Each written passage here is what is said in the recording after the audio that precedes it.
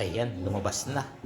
Mga kaulam, ito may nakahanda akong exotic. Napakasarap nito, masustansya pa. Ginataang dahon ng balinghoy.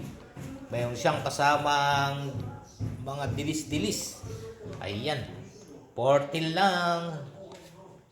Chicken adobo sa toyo. Ayan, 50 lang. Meron tayong menudo. My best seller, always. Meron tayong nilaga sa munggo na pork. Ayan, ito.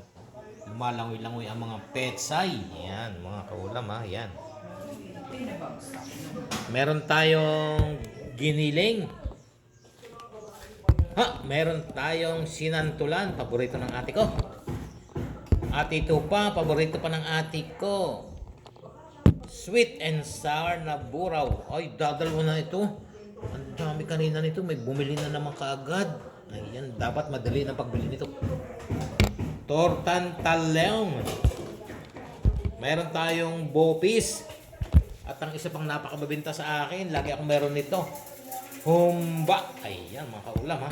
Ready na sila. Pwede na nyo ng pagpiestahan ito. Pupunta, naka-ready na rin yung aking magandang asawa. Ayan, oh, nahihiya-hiya pa siya. Pero wag ka, lagi rin nananalamin. Ayan na. Na ito pa ang isang, namumula-mula ang pisngi. Na ayaw mabibilad sa araw, ha? Gusto yung lagi sa lamigan. Ayan. Dito na kayo, punta na kayo dito, mga kaulam. Napakaganda ng lugar namin.